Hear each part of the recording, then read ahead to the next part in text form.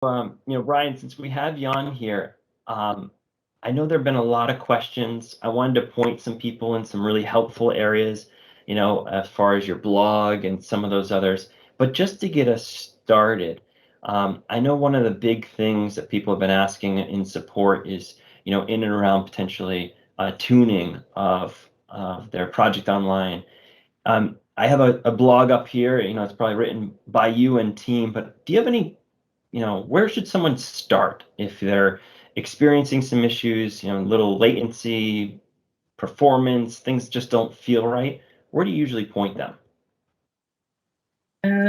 I mean, if it's sort of unusually slow, and if things normally work and then something slows down, then opening a support call is always a good thing. Look on the message center, the service health dashboard, see if there's any sort of known issues running at that particular time.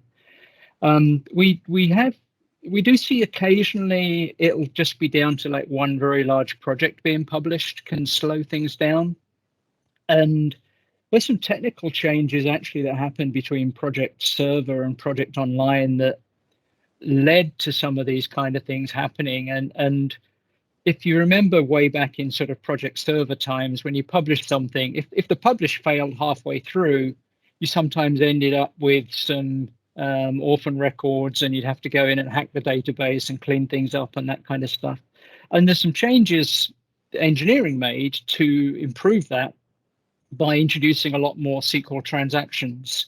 So Project Online, Project Server 2019, 2016 have a lot more transactional work going on at the SQL end, which is great news in terms of the queue, because if something fails, it all gets undone and you never have to sort of go in, because going in and hacking an on-premises database isn't too much of a problem, but you can't do that with Project Online because you just can't get access to the database. Now, the downside of that is when you're running a transaction in SQL, it has more effect on other stuff that's going on. So some slowness can be down to that. You get a very large, I'm going to say large, I mean thousands of tasks, dozens and dozens of custom fields, lots of updates going in. When that thing's publishing, that can lock other tables, which can sort of slow things down. So it's always worth looking around, seeing what else is going on. To see if something else might be impacting what you're trying to do. We do have a document as well. I think it's aka.ms tune PO, which will take you to the sort of Project Online tuning document, which talks about some of the various settings that can have impacts on performance, and whether that's syncing permissions, syncing task lists. So how many custom fields you've got, all those kind of things. But I think I probably wrote on a blog post years ago, how many custom fields is too many. It's like, well, if you don't need them, that's too many. If you need them, then there's not too many, but you may have to put up with some performance issue if you've got a ton of task level calculated custom fields. They're fairly heavy in terms of when you're going through publishing stuff. There are some new tools I actually noticed recently. There are some new tools on the Office 365 side that allow you to do sort of network testing. In fact, I ran it on my demo tenant. I work from home. I live just over the hill there in the picture behind me. And it sort of tells you what your network connectivity is like, where your connection is, how quickly you can get to SharePoint. I mean, it's probably, I was just doing it on my demo tenant, so it's the first time I'd ever seen it, but it looked quite neat. So it's worth having a look at that as well. Yeah. And one of the areas, that's super helpful. And Brian, we come across your name all the time when we're searching for, different things. And obviously, when we can reach directly out to you or Adrian, it's been spot on. You guys have been doing a great job and have that rich background of not only project, but where it's going, and you get to talk to the product team, the support teams, the marketing group. So it's a great wealth of knowledge. For our folks and those that are even coming back on for this recording, this is probably one of the key areas, right? The project blog that you folks post on. And, monthly, we probably put something out there. But one thing I had a question about for you, or really just to our users, and Eric can back me up here, is we've been waiting for announcement that you folks made back in February, and I thought maybe you can talk a little bit about that since it's been deployed. Is really this ability to create different PWA or project online instances in different environments. Have you seen that a lot of people are grabbing that? Are there any potential support issues that are out there that we should be aware of, or anything from your side? We've not seen too much on the support side around the sort of flexible deployment and the named org stuff. We've seen a few versioning issues, and I think this is sort of a new area for me, getting into the dynamic space. So I'm sort of learning as I go along as well. But there are sort of best practices related to customization in a Dynamics environment. I think one of the things that we've seen early on is, if you go in and you start customizing your live production system, and then you try and, for example, load the accelerator into that same environment, you may well hit issues because the accelerator uses the entities that are already in project.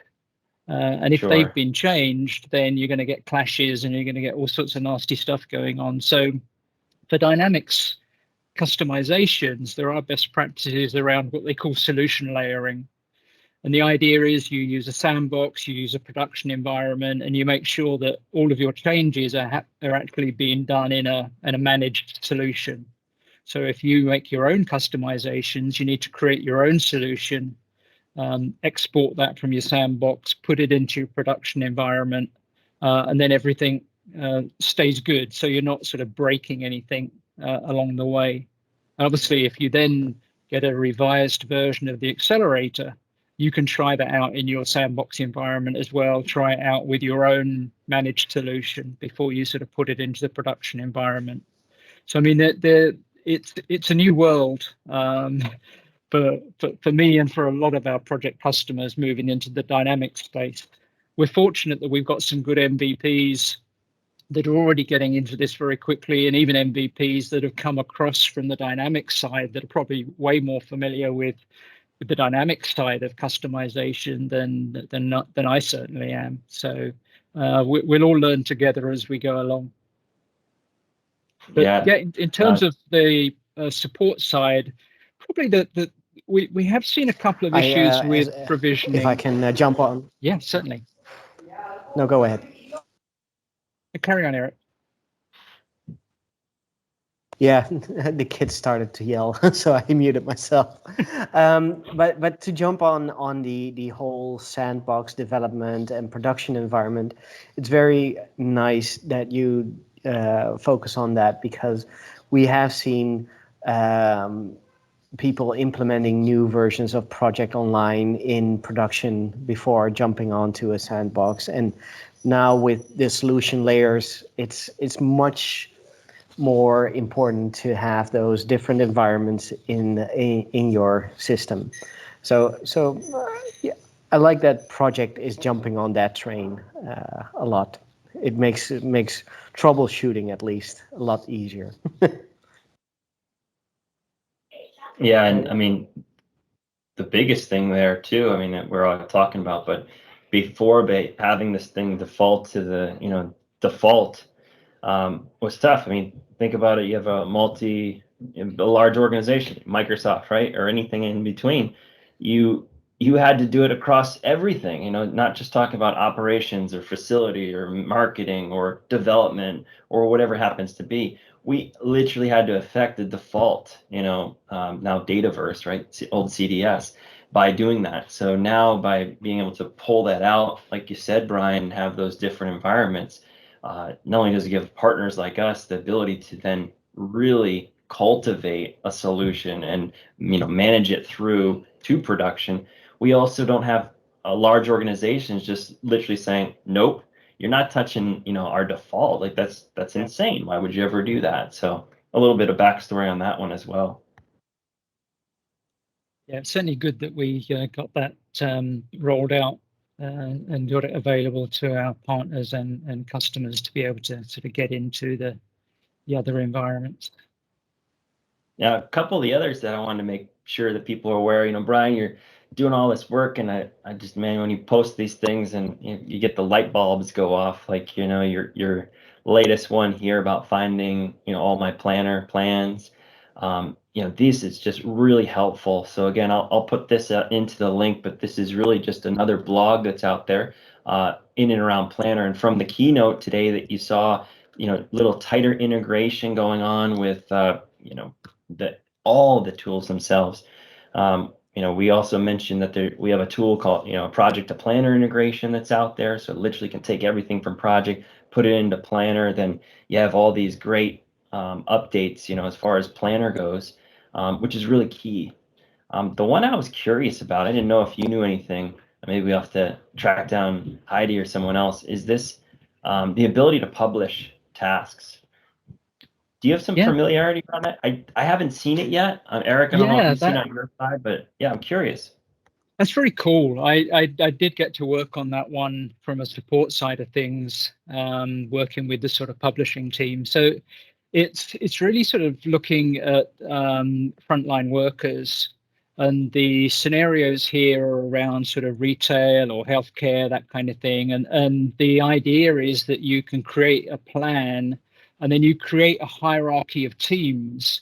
So those teams might be geographic regions and then cities within the geographic regions.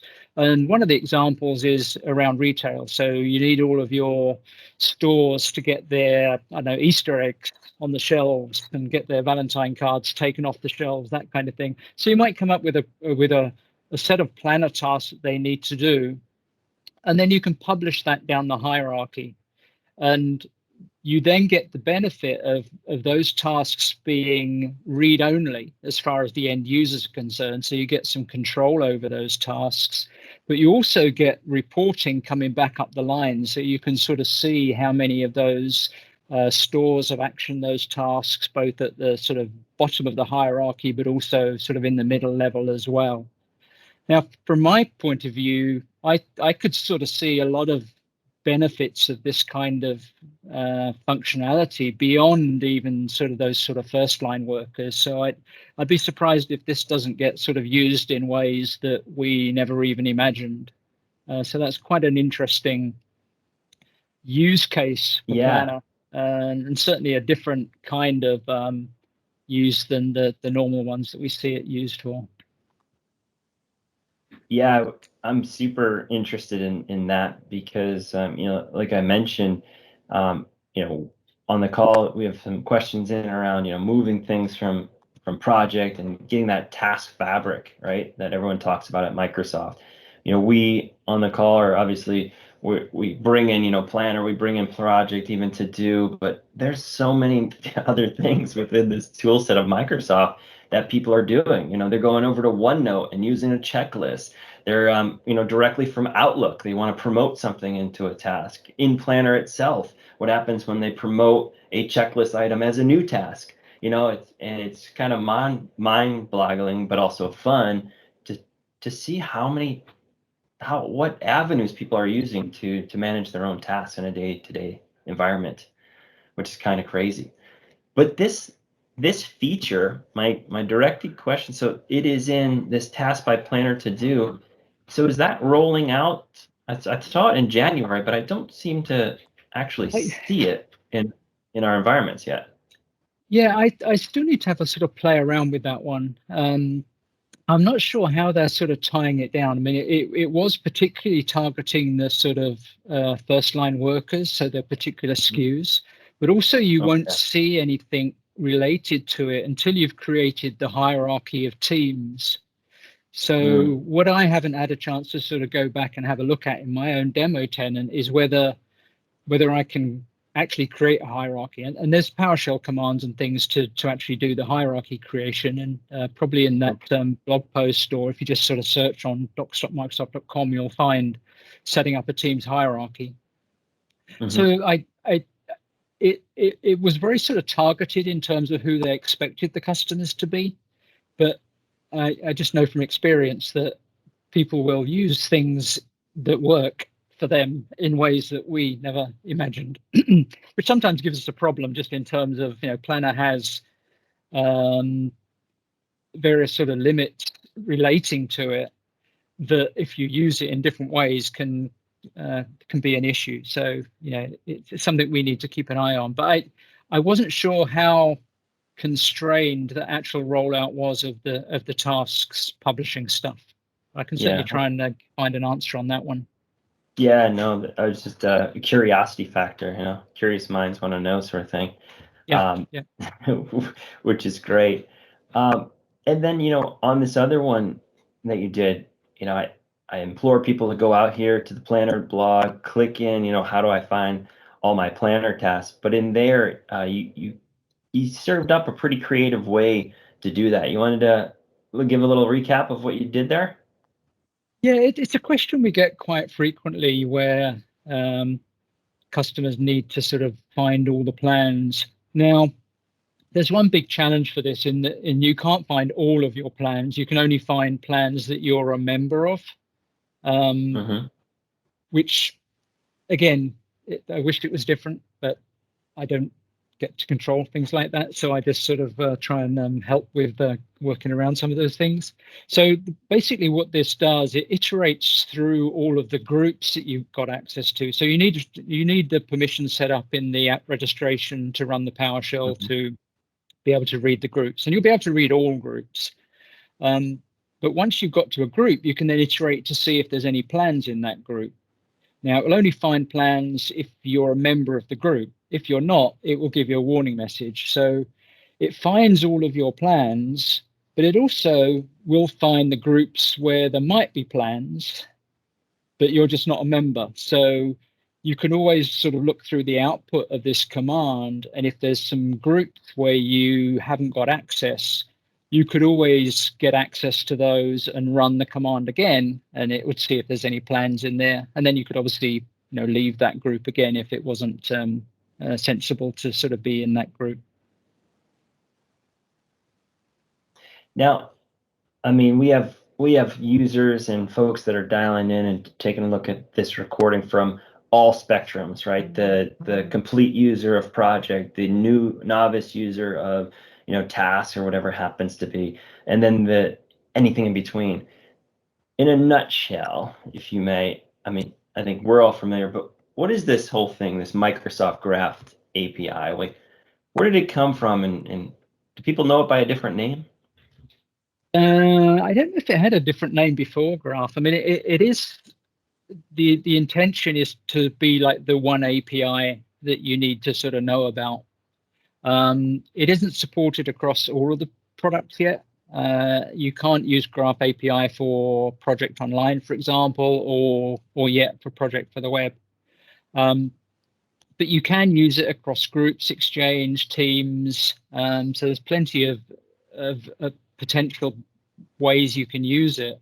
But the great thing I find with it is once you've used it once, you can use it in other areas where you perhaps hadn't thought of. I did a post about moving tasks into Azure DevOps and Project for the Web. I think it's posted on the project support blog. So there's three blogs. There's the planner blog, the project blog, which are really the product group ones. And then there's the project support blog, which is the one where I get to post what I want and don't have to ask anybody. Whereas the other ones are sort of managed by the product group. So I have to sort of be a little bit more sort of careful about what I'm posting there. But this one, what's it? Yeah, so the most recent one, for those Microsoft 365 changes that need a project, this blog, again, I use the Graph API. In this case, I'm pushing stuff into other places. And it's just really, it was a case of just sort of looking up and working out what the API does and working out how to sort of do that. So it's using the Graph API from one end and then perhaps using different APIs in terms of getting into Dataverse stuff. Another example, I used some pushing information into Teams. So service health dashboard information, for example. So if something sort of got notified that your service was down, it could automatically post that into a team channel to sort of warn you about it, rather than you have to go off to the service health dashboard. So it is reasonably consistent from product to product. So if you get your head around it, particularly with the authentication, because once you're authenticated, then you can interact with all of these. If you just search for Graph Explorer, and you can try out some of these calls and get your head around it. So by going into Graph Explorer and logging into your Office 365 account, there's a whole set of sort of pre-made queries that you can use to try out and say, what are all my groups? What are the plans that are in the groups? All that kind of stuff. So that's a great sort of introduction to it. I tend to do a lot of my sort of, if you like, programming with Graph Explorer in PowerShell, but you can consume it in anything. You could write an app around it in any language you wanted. But PowerShell is the sort of a reasonably lower common denominator for doing quite a lot of the admin things. So once you're logged in, if you're not logged in, it will give you a demo set of data, so you can sort of click on any of them anyway, or you can sort of sign in to Graph Explorer with your Office 365 account, and then you sort of see your own data coming through. It's a good place to start with Graph Explorer. Yeah, it is amazing. I like to say it is really powerful, like you mentioned, for us. I'd say many moons ago, developers have sort of left that past, but also just the inquisitive and this whole self-service, low code, no code development.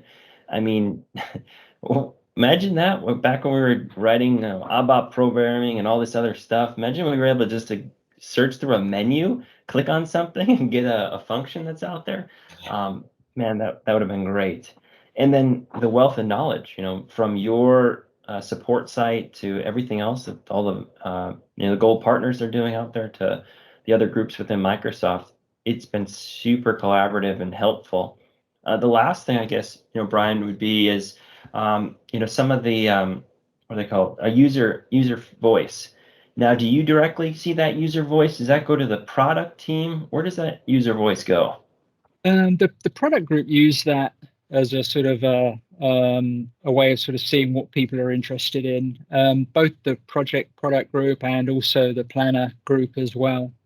So there's a user voice for planner as well as a user voice for project. Gotcha. So they do monitor that. They will sort of put updates in there when we're delivering on something. They will sometimes ask for more sort of clarification on sort of, well, what do you mean by that? If they perhaps are thinking of a new feature in project for the web, but just want to gauge how people might use it, then they might ask for more information. It's probably fair to say that they don't always update it as often as customers would like in terms of giving direction there. But the real place is the Microsoft roadmap. As you pointed out earlier, the monthly blog posts on sort of what's new that they're putting up on Tech Community are pretty good as well in terms of showing what's coming through. Nice. Well, this has been great, Brian. I know you're a busy guy. We love the fact that you're able to give us some time and walk through all these areas of help. From a user perspective, a lifelong user, I'd say, at least in my business career of Microsoft Project, getting to know the team has been really nice. Even in this COVID way, we can share experiences here and get on to different things. Our buddy Eric in there as well. Thanks for joining. Plug for him. He's a super MVP. He's got a blog on everything project out there too. He can post that into the link if you're interested there. And then, for us, PPM Works, we're here to help as well. Gold partner. One of these, we sort of take a look at these user voice that are also doing and seeing like a two-way integration for Microsoft Project and Planner. We take your ideas and then we slap products around them. So, right now you could, go right out to the Azure Marketplace, look up Project Planner Sync, and here you go. Pop it in there, and now you have a fully connected from Microsoft Planner to project to Teams environment ready to go. So I wanted to, thank you, Brian. Thank you, Eric, for all the contributions you're doing. And, last words here, Brian, of wisdom. Well, thanks very much for the opportunity of sort of meeting with you and coming along, and thanks for the great things you're building on top of project. Before a long time ago, before I worked for Microsoft, I worked for an ISV, and I know it's difficult sometimes working with Microsoft in terms of sort of knowing what we're doing and knowing what you're doing, but the partners do a great service in terms of filling in some of the gaps. There might be some more sort of niche areas. The planner to project sync is an interesting one because we've got a sync. Well, we've got a link, which is basically it. It's just like a one-way sort of does nothing type of thing, which serves a purpose. It's like, okay, I've got this project task. It's going to be delivered by somebody in Planner. But Planner doesn't know what effort is. It doesn't know what work is. So it's very difficult for us to put out a solution that satisfies everybody. But I think what our partners can do is they can fill in some of those little niches, and they can come up with something that works for their customers. And I think that's a great example of how PPM works. So thanks again. You're welcome. All right. Have yourself a great day, and have fun at the conference. Yep. Bye now. Okay. Have a Thanks, good day. Anna. Thanks, Bye-bye.